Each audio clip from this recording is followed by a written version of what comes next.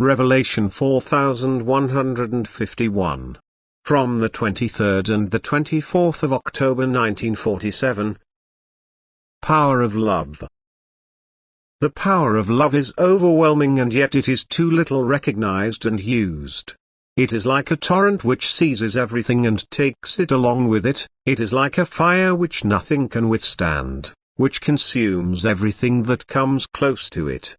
There is an unusual power in love, but it must be a pure love, otherwise it triggers instincts that pull down. A pure love can and must awaken requited love again, just as a force also triggers a counteracting force. And that is why it will also find a reciprocation, even if not directly as a consequence, but only when love has had an effect on the fellow human being. It must, so to speak, first touch his heart before the reciprocal love awakens and thus radiates back.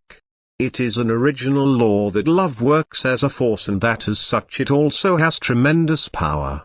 It is a fundamental law that it must double itself as soon as two beings feel attracted to each other, but that one behaves passively, the other actively, and that therefore the love of the one must be stronger, otherwise it would not be constructive, thus noticeable as power. It is love emanating from God, and therefore to be called divine as long as it only strives for spiritual good.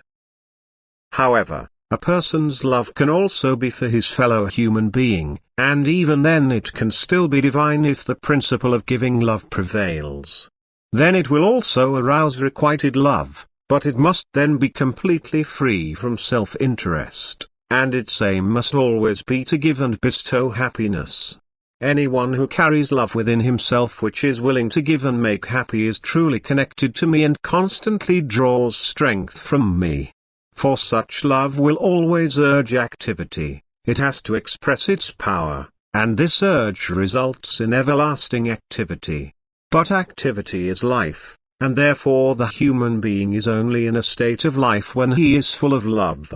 For only love activity ends the state of death which surrounds the soul before. Love work is an activity emanating from the spirit, which cannot be compared to earthly activity, even if it has an earthly effect.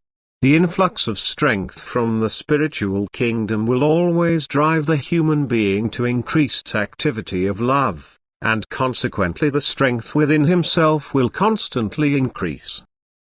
Although the human being is not particularly affected by it physically, his entire life of feeling experiences a deepening. He is extremely sensitive and therefore hears the voice of the spirit within himself, which only sounds softly and faintly and cannot be perceived by the physical senses.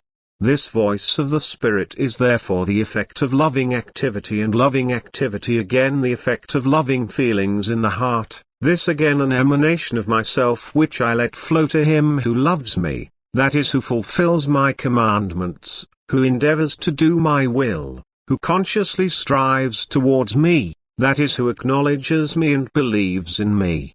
Love is always power, whether it comes forth from me and touches my living creations or returns to me in the form of unselfish loving activity.